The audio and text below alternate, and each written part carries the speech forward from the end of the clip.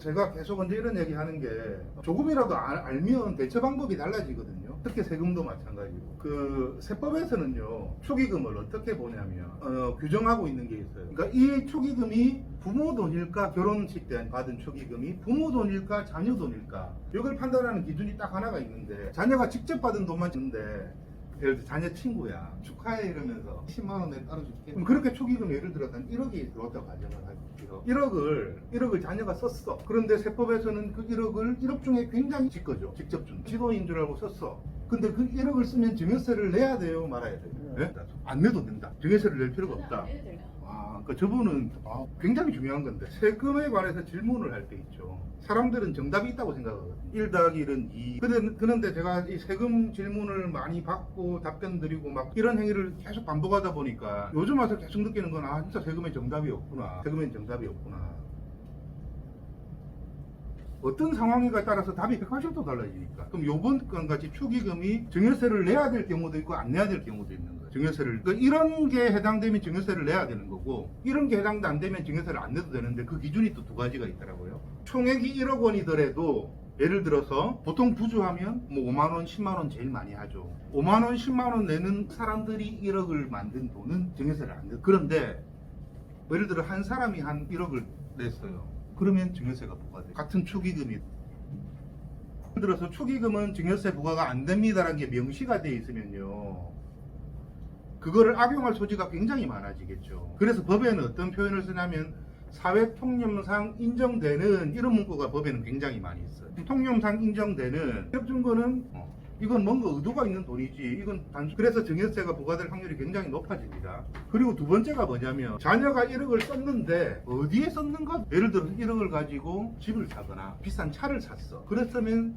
그런 용도로 쓰면 증여세가. 그러니까 정리하면 축의금이 증여세를 내야 되나 말아야 되나를 간단하게 정리하면, 이 돈이 모일 때 사람이 줬냐 아니면 여러 명한테 받았냐, 이게 중요하고, 두 번째로 중요한 거는 이 돈을 어디에 썼냐가. 그래서 축의금은 세금을 내야 되냐 말아야 되냐라고 물어보면, 누군가가 물어보면 정작 중요한 이 돈이 어떻게 모였고 어디에 썼고가 빠져 있잖아요. 질문에 답을 못 하는 거예요. 그러면 아주 교과서적인 답밖에 못 하겠죠. 축의금은 일단 세법에서 보기에 네 돈이 아니기 때문에 증여받은 돈으로 판단할 거니까 증여세를 내야 된다라고 저는 그 답변하는 거예요. 우리가 공부하는 부가가치세나 종합소득세 똑같습니다. 오늘 그런 이야기 계속 이제 오늘뿐만이 아니고 앞으로 계속 할 거예요. 책 보면요, 간이과세로 시작하라는 말 거의 안 해요. 그 반대로 간 책 되게 많아요. 그 책들의 논리는 뭐냐면, 초기에는 고정비용이 많이 발생하니까, 고정비용이 인테리어도 해야 되고 집기리도 사야 되고 고정비용이 많이 발생하니까 일반 과세로 시작해야지 환급을 받을 수 있다고 그래요. 세금을 계산하는 구조는 계속 제가 적는데 구조로 계산된다고 그랬잖아요. 그럼 그런 책의 논리는 뭐냐면, 결국에는 환급을 받는다는 말은 얘가 크다는 소리죠, 번 돈보다. 근데 우리는 뭐 사업을 하거나 장사를 하면 돈 벌려고 하는 거잖아요. 근데 첫 해 환급 받으라 소리는, 첫 해는 그냥 돈 벌 생각하지 마라는 소리하고 똑같아요. 그래서 저는 이번 강의가 지금 3주 차인데 한 4주 차 빠르면 다음 주, 늦으면 다다음 주 정도에 간이과세로 시작해라, 이 소리를 제 나름대로 어떤 설명을 해드릴 거예요. 그러면 제가 하는 말이 또 100% 정답이냐? 그것도 아닙니다. 이런 식의 생각도 해보자는 거죠. 이런 식의 사고방식도. 그래서 세금을, 저는 요즘에 좀 입에 달고 다니는 소리가, 세금을 설계할 줄 알아야 된다, 세금을 디자인해라, 이런 소리를. 본인의 상황은 제일 잘 안다는 말이죠. 본인의 상황에 맞게 세금을 설계할 줄 알아야 그게 진짜 절세입니다. 그런데 그렇게 하기 위해서는 기본은 이제 알고 가야 된다. 복습 한 번만 할게요. 김밥을 오늘 먹었는데 2,200원. 주인한테 물어봤어요. 재료비가 얼마 들어갔어 하니까 1,100원 들어갔대요. 김밥 한 줄에 부가세가 얼마죠? 그럼 100원. 또 제가 김밥 한 줄을 2,200원에 사 먹었는데 아줌마한테 물어보니까 재료비가 1,100원 들어갔대. 또 인정하는 상위 0점. 제가 강의 시작할 때마다 그런데 이런 답이 안 나와요. 북구를 막 예뻐라 해가지고 더 친절하게 설명하고 이런 것도 아니고 똑같이 얘기하는데 빨리 빼고 좀 많이 빼드릴게요. 이해도가 빠르니까. 질문은 없으세요? 질문. 자동차 얘기 그거 제가 적었어요. 좀 해주세요. 제가 기억을 하고 있어가지고. 다른 질문 있는 사람 없으세요? 양도세는 제가 내년에 여러분들 한번 찾아볼 기회가 아니겠습니까? 그게 될 거예요. 제가 이 채팅방 통해서 새로운 신간이 이렇게 나오면 나왔습니다 하고 얘기한 게 이렇게 강의 신청할 때 양도소득세나 종합부동산세나 공부해보니까 맥락은 같아요. 큰 거 미리 알고 대비해야지. 발등에 불 떨어지면 아무런 답이 없다. 발등에 불에서는 유일하게 할 수 있는 방법은 양도소득세 첨가지입니다. 이미 계약 다 맺고 이렇게 되면 답 없어요. 여기 부동산 관련하신 분 좀 계시죠? 항상 제가 세금 강의할 때 보면 부동산 관련되는 분들이 몇 분 계세요. 하실 거예요. 발등에 불이 떨어지고 나서 답이 없어요. 세금은. 떨어지기 전에 주택수를 줄이든 집을 팔든 뭐 증여를 하든 그래놓고 비과세를 만들든 중과세 적용을 받더라도 최대한 감면받을 거 감면받고 이런 대응 전략을 세워야 되는데 보통 사람들이 안 그러거든. 발등에 불 딱 떨어지고 나면 세무사 회계사 찾아가도 답 없어요. 그러니까 그런 것도 기본적으로 알아야 돼요. 양도세를 계산하는 방법 정도, 종합부동산세를 계산하는 방법 정도, 내가 어디서 절세 포인트를 찾을 수 있을까 정도는 알고 가야 돼요. 부가가치세 종합세들은 다 존재를 하거든요. 대본을 이제 잘 맞춰가지고 진정한 상위형이니까 관련된 얘기도 오늘 좀 해드리고, 그리고 식집비 관련된 얘기도 좀 해드리고, 근데 그 얘기부터 해드려야겠네요. 오늘은 매출. 계속 제가 강조한 게 요거 강조했잖아요. 깨져야 세금 내려가니 거의 안 했어요. 이 얘기는 처음이자 마지막으로 오늘 딱 한 번만 해요. 매출은 제가 중요하지 않아서 얘기를 많이 안 하는 게 아니고, 매출은 이미 다 드러나 있기 때문에 안 하는 거예요. 이미 드러나 있는 매출을 숨기면 어떻게 될까요? 숨기면 더 신고를 안 하면 탈세. 내가 모르고 그랬는데, 알고 그랬으면 탈세, 모르고 그랬으면 매출 누락. 둘 다 처벌은 받습니다. 처벌은 받는데 가산세율이 알고 누락하면, 그냥 알고 누락하면 그래도 안다는 말이 좀 똑똑한 사람일 것 같아요. 알고 누락하면 억울하잖아요. 모르고 누락하면 가산세까지 물고, 그런 분들 생각외로 많아요. 모르고 누락하는 거. 대표적인 게 어떤 매출이냐면요, 요즘 배달의 민족 배달앱 이용하시더라고요. 이것도 해야 돼? 네. 그러면 이제 어떤 현상이 벌어지냐면 몇 년 있다가 저는 그런 우편물을 받아봤기 때문에 잘 알아요. 한 우편물이 언제냐면요, 내가 어떤 잘못을 저질렀을 때 실시간으로 우편물이 오지 않아요. 연락이 오는 게 아니에요. 3년에서 4년쯤 있다가 와요. 이게 세무 공부를 하면 재밌는 게, 그럼 다 이해가 돼. 이 시기에 우편물이 올까도 이해가 돼요. 왜 실시간으로 나라에서 추징을 하는 게 아니고 잘못에 대해서 있다고 우편물이 날라올까요? 제 강의 때 던질 거예요. 그럼 질문에 대해서 답을 잘 하시는 분한테도 책을 드릴 거고, 아니면 진짜 좋은 질문이 있거든요. 그런 책을 드릴 거니까. 그리고 틀리는 건 부끄러운 게 절대 아닙니다. 처음부터 아는 사람 아무도 없으니까 용감하게, 뭐 목소리 큰 사람 책 드릴 수도 있겠죠. 몇 년 차 때 우편물이 올까요? 몇 년 지나면 증빙 자료가 없으니까. 아주 좋은 답이에요. 일단 너무 좋은 답인데 정답은 아닌 것 같아요. 근데 다른 정답이 안 나오면 제가 책 드릴게요. 아주 좋은 답. 비슷해요. 나중에 정답 안 나오면 가위바위보 해가지고 이긴 사람까지 드릴게요. 제가 원하는 답을 왜 4년 차일까요? 나오면 좀 때리지 않을까요? 세금을 더 줄이기 위해서. 일단 목소리 큰 건 너무 마음에 들어요. 보통 정책에 의해서 많이 나오잖아요. 예. 어떤 일 하세요? 그냥 전업주부세요? 그러면 그 이유가 뭐 창업하기 위해서 들어요? 그럼 이 책 드리면 제일 나아요. 세법에 국세부가 제척기간이라고 있어요. 그 기간이 5년이래요. 세금을 추징할 수 없어요. 잘못이 있음에도. 뭐든지 소멸시효라는 게 존재하죠. 그래서 4년차 우편물이 와요. 그리고 방금 요 어르신께서 대답해. 그때 어떤 우편물이 오냐면 소명을 해라는 우편물이. 당신 이때 4년 전에 실수도 한 것 같은데 소명해 라 소명 통지서가 옵니다. 그게 세무조사예요. 4년 전 일을 어떻게 기억해? 저번 주 일도 기억 안 나는데. 시간이 흐르면 흐를수록 까먹을 확률이 굉장히 늘어나죠. 우리나라 국세청이 얼마나 똑똑한 집단들인데. 매출 누락은 드러납니다. 이 우리나라가 IT 강국이에요. 드러난 매출의 누락은 실시간으로 파악할 수 있어요. 그럼에도 불구하고 4년째 조사를 나온다는 거는 소명할 확률이 점점 줄어드는 거예요. 잊을만 하면. 심지어는 잊어서 전혀 기억이 안 나요. 그래서 4년차 소명 요구가 제일 많이 들어와요. 매출 누락을 하면 프로 세무조사가 나옵니다. 그런데 그러면 이 매출에는 어떤 게 있죠? 매출에는 조금 디테일하게 매출 어떤 게 매출이냐 이거죠. 예를 들어 식당이다. 식당 경제산서 발행해 줄 때가 있나요? 그분한테 되게 놀란 게 있어요. 일부 관계자가 질문을 했어요. 질문 내용이 뭐였더라? 오늘 점포 상질문 받았는데 답했죠. 좋은 상권이 뭔가요? 질문을 했는데 가지고 뭐 그런 질문이었는데 잘못했다. 딱 정리하면. 그래가지고 제가 속으로 혼자 이 독백이라고 감동을 좀 먹었는데, 방금도 거의 정답이에요. 식당이 세금 계산서를 발행해야 될 때가 있어요. 저는 발행을 받아봐요. 예전에 저희 직원 점심 때문에 되게 머리가 아프더라고요. 했거든요. 7,000원 식당으로 줘보기도 해보고.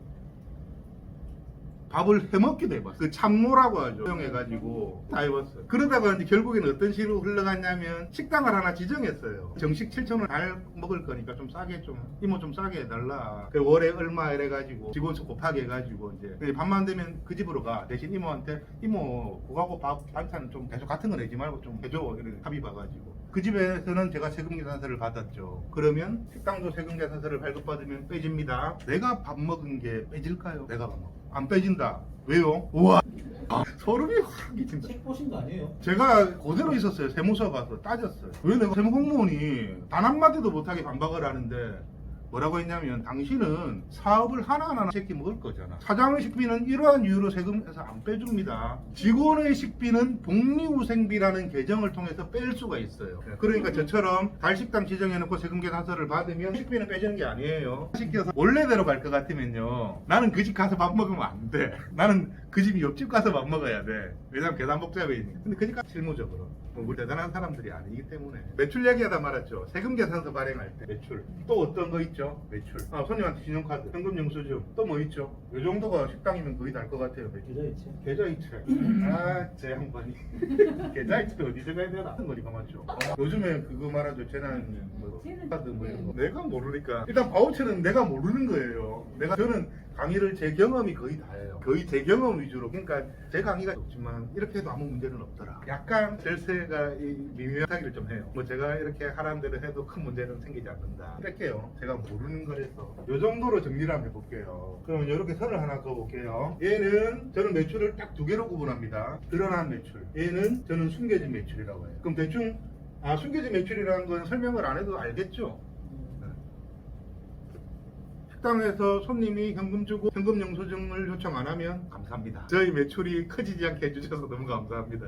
일단 매출에 대해서는 이 정도만 좀 구분했으면 좋겠어요. 이어지는 강의 때 필요해서 드러난 매출과 숨겨진 매출에 대해. 그러면 아까 방금 이제 정 작가가 얘기한 계좌이체는 어떤 매출이에요? 계좌이체는 드러난 매출일까요? 숨겨진 매출일까요?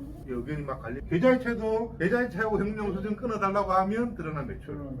안 하고 계좌이체 요즘 감사합니다. 알겠죠? 오늘 세무조사 얘기 좀 해드리려고 매출 얘기 잠깐 했어요. 제가 그 단체 강의라고 좀 사람 많이 모인 강의할 첫 번째 거는 간략하게라면 해드렸어요. 아무도 당신의 절세를. 근데 제가 이제 캐치프레이즈라고 하죠. 캐치프레이즈가 뭐가 있냐면 개인 사업자는 세무조사 나오지 않습니다. 제목이 두 번째가. 그 얘기 좀 오늘 해드리려고. 그래서 북구는 8주차례 가지고 제가 심적으로 좀 널널해요.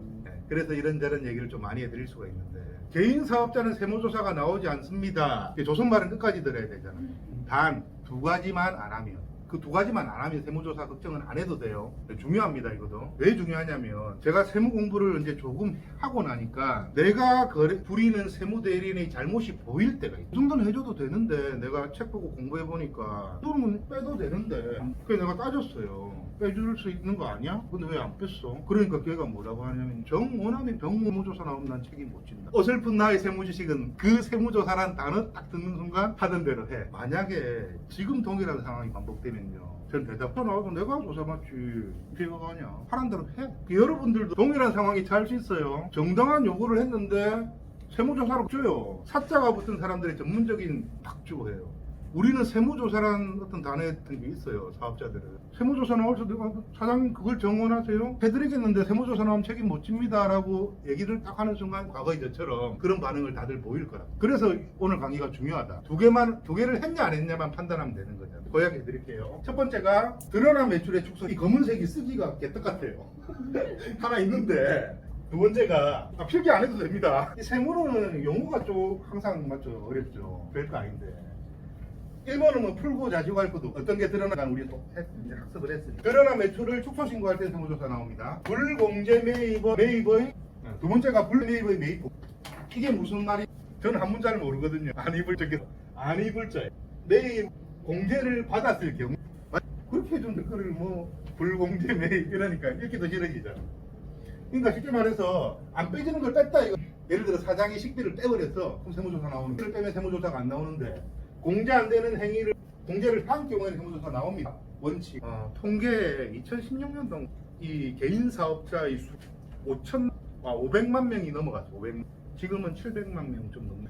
500만 명이 넘어갔는데 세무조사를 받은 사람의 수를 파악해 보니까 5천 명이 법인 말고 개인 사업자 얘기하는 겁니다. 그러면 500만 명, 5천만 명을 계산해 보면 1%가 세무조사를 맞은 거예요. 1000명 중에 한 명. 얘 중에 90%가 1번이에요. 1번. 얘 중에 90%가 1번입니다. 그러면 이번에 걸릴 확률은 10만 중에 한. 이해돼? 요 두 가지만 하면 하지는 안 나옵니다. 1번은 절대 하면 안 되겠죠. 무조건 걸려요. 1번. 1번을 세무대리인 쓴 사람도 걸려. 세무대리인을 썼는데 왜 1번에 걸릴까요? 의 전달은 사장 매출 자료를 안 주면 세무조사 안 받고 이런 거 아니에요. 최초 증빙은 매일 빼는 것도 증빙을 줘요. 매출도 증빙을 전달해주면 세무대리인 요거 대행해주는 쉽게 말하면 매출 합계에서 내 거야. 대리 신고하는 거. 근데 뼈분도 아니고 차라리 여기 건의 공식에 출연하면 맡겨도 된다는 뭐 어떤 설명을 드릴 건데 단순하게 빼는 건데 왜? 막 커져가지고 갑자기 미적분이 등장. 아유 좀 맡기세요 하겠어. 금액이 막 커져도 매출의 합계를 구하면 매출 10일 하면 되죠. 1억 1000만 원이면 나누기 11 하니까 1000만 원. 매출이 크다고 해서 매출 세액을 못 구하는 게 아니죠. 나누기 11, 1억이면 1억 나누기 11 하면 뭐 999. 그러면 2번은 10,000명 중에 1명 정도가 걸리는 거예요. 2번은. 등록도 하니까 댓글 달리는 게. 이 영상 그대로 국세청 제보하겠습니다. 이런 데까지. 어떤 말을 하고 한 경우. 누가 봐도 불공제 매입 같으면 하지. 예를 하나 들어볼까? 또 댓글 달릴 것 같은데. 이 영상 통해서. 어떤 예를 들고 싶으면 난 식당 하는 사람이야. 그러니까 스탠드 에어컨을 뺐어. 문제 돼요. 난 집에서 집에서 쓸고 샀는데 세금 신고할 때 이 에어컨이 어디에 쓰입니까? 라는 질문을 아무도 안 해요. 이 에어컨이 어디에 쓰일 목적입니까? 라는 질문은 아무도 안 한다는 거예요. 그럼 저 같으면 저는 너무 상세하게 코멘트를 안 할게요. 맞네. 편집이 있구나. 참고로 저는 어떤 경우 있었냐, 컴퓨터를 집에서 쓸 컴퓨터를 하나 사고 뺐어. 아무 이상 없더라. 아무 이상 없더라. 되겠다. 좋은 질문이에요. 통틀어 대표자 말고 모든 의료비라고 가정을 해요. 모든 의료비는 부가가치세 얘기하는 겁니다. 못 빼줘요. 왜? 병원은 면세서 얘기했죠. 세금계산서를 받아야 되는 게 대전제다 했죠. 그것만 고민하면 되잖아요. 병원은 세금계산서를 발행을 못 해줘요. 면세서. 이거 뺄 수 있을까 없을까? 세금계산 간단하게 다 외워서 애매할 때. 대표자가 나빠서 치료를 하는데 의료보험으로 치료가 되는 게 아니고 그걸 그랬어요. 제일 큰 대전제가 뭐냐면 뺄 수 있을 때 최고 큰 대전제 사업용인지 아닌지가 제일 중요해요. 일단 거기도 아니죠. 사업 때문에 내가 병원에 간 거 아니? 사업용이 아닌. 거기서도 두 번째 안 되는 거는 병원이 과세사업자가 아니야. 거기서도 그러니까 말이 안 돼. 절대 안 빼. 그거 빼면 이번에 누가 봐도 애매한 게 아니다. 보조품 건강보조시고 이걸 뺐어. 안 돼. 되는 사람이죠. 되는 직업이 운동선. 그거잖아요. 그런 사람은 빼도 이 얘기 나왔으니까 아까 빼져요. 직원의 유니폼은 복리후생비로 빼집니다. 그 상대 옷집에서 세금계산서를 받으면 맞죠? 빼져요. 이게 촬영이 은근. 그런데 옷값 한 몇천만 원 이번에 걸리고. 그런데 직원의 유니폼 해봤자 뭐 1, 20만 원 아니겠습니까? 직원이 또 뭐 많으면 또 뭐 100만 원 되겠지. 그러면 빼도 된다는 거지. 요거도 제가 구체적으로 빼라 안 빼라 소리를 못 하겠지만 애매하면 빼도 된다는 거예요. 누가 봐도 아닌 건 빼면 안 돼. 누가 봐도 안 돼. 그러면 제가 에어컨을 집에서 사도 뺐다 그래요. 컴퓨터도 뺐다 그래요. 부가세 신고 1년에 2번 하죠. 1월 달도 에어컨 빼고 7월 달도 에어컨 빼면 어떻게 2번 가까울 한데 에어컨을 한 3년 있다가 이렇게 또 고장이 또 났네. 그래서 또 뺐어. 그거는 애매할 때는 빼도 된다. 누가 봐도 아닌 건 절대 빼. 근데 간혹 이런 사장님들도 상담하는 데 옆에 있어요. 누가 봐도 아닌 거 갑자기 누가 봐도 아닌 거 뺐는데 아무 지금 10년 그 사장님 거짓말 했을까요? 나는 10년 동안 이 짓을 했. 근데 아무 이상이요. 이 사장님은 과연 말을 했을까요? 거짓말을. 참말을 하면 왜 그런 일이 발생했죠? 다른 사람이 생각해. 그러니까 애매한 게 아니고 누가 봐도 아니다 이거. 그러니까 예를 들어 뭐 병원 뺐다고 가정을 해요. 누가 봐도 아닌 걸 뺐어. 문제가 없어.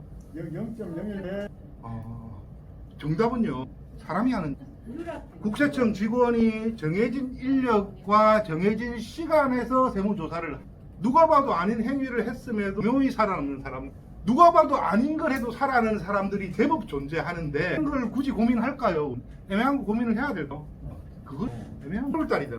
요때쯤 되면 어떤 제일 카톡으로 카드 매출은 1억, 현금 매출은 1,000만 원, 1억은 이제 신고하라 이제 실수 안 했는데 이 1,000만 원을 도대체 어떻게 해야 될까요? 라는 질문을 제일 많이. 숨겨진 매출은 어떻게 해야 될까요? 라는 질문을 되게 많이 하시거든요. 여기에 대해서 상세한 코멘트는 제가 안 하겠습니다. 찬대에서. 그 질문 받으면 제가 이제 다 숨겨진 매출을 어떻게 할까를 고민하는 시간에 드러난 매출 검사를 한 번 더 해보세요. 답이 됐습니다. 세무 공부를 이제 조금 하면 세무 대리인을 부릴 수 있는 단계가 되거든요. 뭐 많은 공부도 아니에요. 요 정도만 알아도 부릴 수 있어요. 그들이 과거에 저한테 했듯이 세무조사란 어떤 행위로 겁을 팍 주면 이렇게 대답하세요. 세무조사 맞아도 내가 맞으니까 시킨다. 그게 너가 할 일이야. 이런 게 있다면 예를 들어가 카드로 다 했는데 왜 매입을 왜 카드로만 했는지 그렇게 따지는 세무대리는 없어요. 왜냐하면 사장 본인의 신용카드는 적격증빙의 한 형태. 모든 매입을 카드로 해도 아무 문제 없어요. 그러니까 저 같으면 어떻게 그런데 답을 할 것 같냐면 우리 집 손님은 다 카드만 오는데 뭐 이발 현금 주는 사람 없으면 진짜 절이라도 하겠다. 저 같으면 그렇게 돼. 그렇게 대응할 수 있는 이유가 제가 20년 전에 대구에서 갈비집 할 때는요 하루 매출이 100만 원이면 5만 원이 안 되는 금액이 그런데 지금은요 완전 현금이 5만 원이 안 되는 게 지금 문화.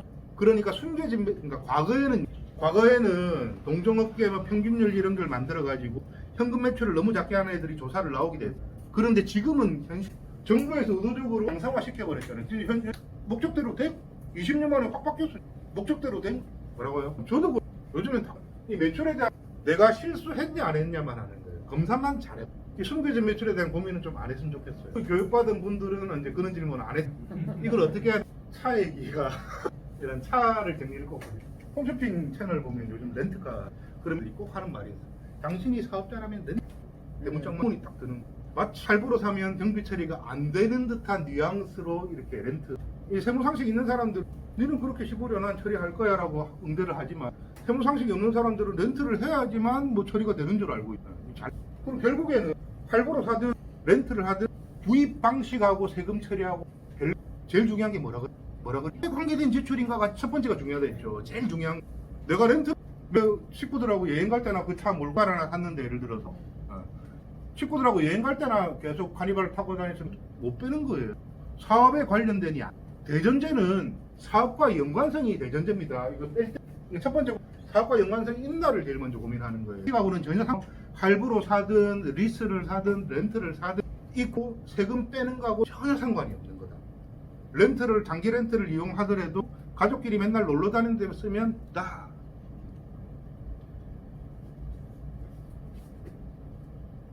저는 참고로 할부 리스 렌트 다 이용해봤거든요. 그래서 얘들의 장단점은 그 설명은 세금하고 좀 관련 없을 수도 있는데 좀 해드리죠. 중요하니 차다 동일한 모델이고 같다는 전제하에 월 수수료라고 할게요. 월 수수료가 이렇게 얘가 제일 비싸요. 제일 싸요. 그럼 차를 살 때 기준이 다 있을 거잖아요. 사업자라고 리스나 렌트하면 안 돼요. 이제 사업자기 때문에 리스 렌트하는 분들 되게 많아요. 꼭 그렇게 해야만 세금 잘못된 고정관념이라는 거죠. 아니에요. 나는 기준이 일단 월 부담이 제일 적어야 돼. 그럼 어떤 거 해야 돼? 선의 이름은 할부는 이쪽은 내 건 개인 사업자는요. 건강 지역가입자는 이 건강보험료를 판단하는 기준이 내가 가진 소득에 따라서 건강보험료가 올라가기도 내려가기도 합니다. 할부로 차를 뽑는 순간 건강보험 제법 올라가. 지금 사업 해보신 분들은 대충 경험해보신 분들 계실. 차 쓰고 빠진 거 하나 샀는데 건강보험료 왜 이렇게 많이 오나? 저도 해봤고 2020년도부터인가 2022년도부터 일정 금액 미만 차는 건강보험료 산정이 안 된다는 좋은 소식이 또 있더라고요. 3천만 원 금액은 제가 그게 고가 자동차는 올라가도 되지만 요즘 차 중고 진짜 생계를 위해서 샀는데 건강보험료가 막 터무니없이 올라가는 경우 지금까지는 그렇거든요. 일단 고민을 맞춰야 됩니다. 내 소유가 되게 좀 세금은 다 되는 거니. 그럼 이 기준에 의해 가지고 내 소유하면 안 되겠구나로 정해져. 그러면 이제 이쪽으로 눈을 돌리는. 그럼 이 고민 중에서 그럼 어떻게 해요? 이 선의 제목 리스 렌트는 부채가 리스는 내가 빌린 부채로 인식.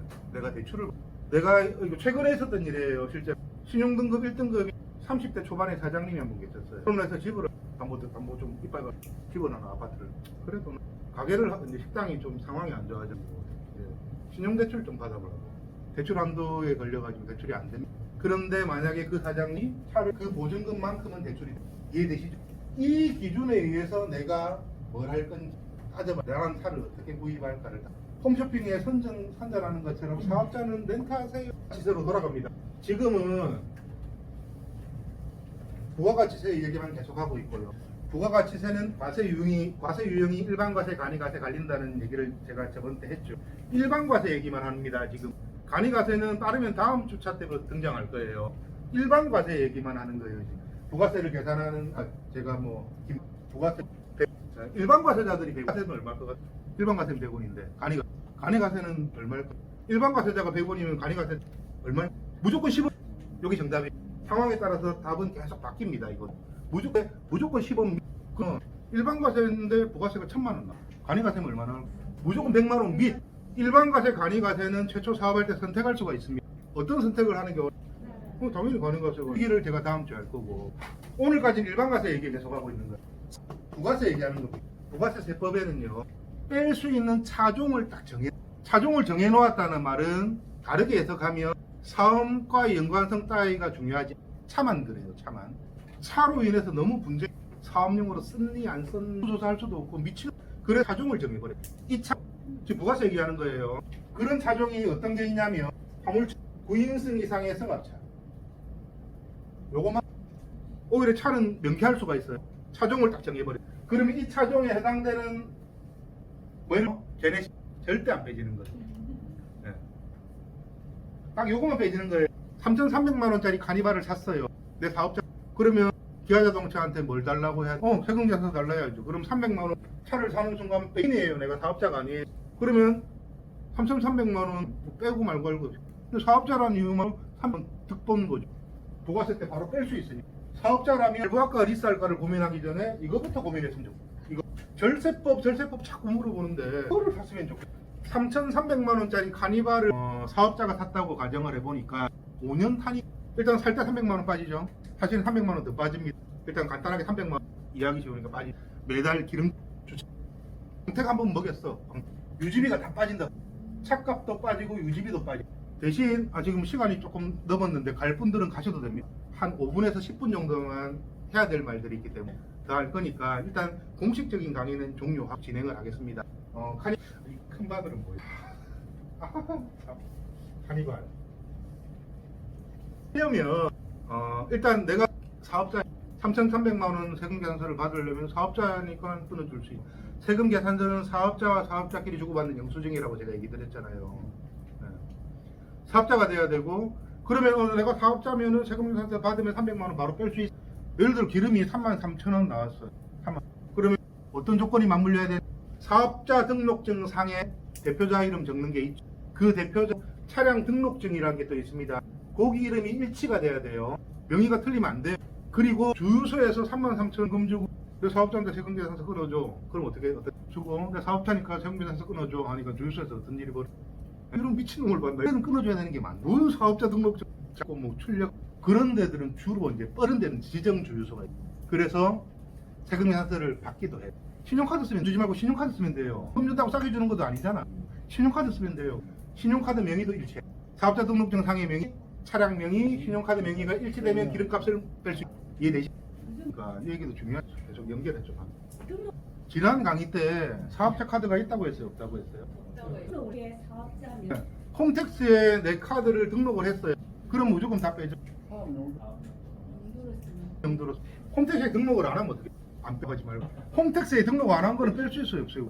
네. 좀 번거로워. 이 칸에 다 카드 번호, 날짜, 금액도 부가세, 공부가세를 분리해서 이거를 다 적으면 뺄 수 있어요, 등록 안 해도.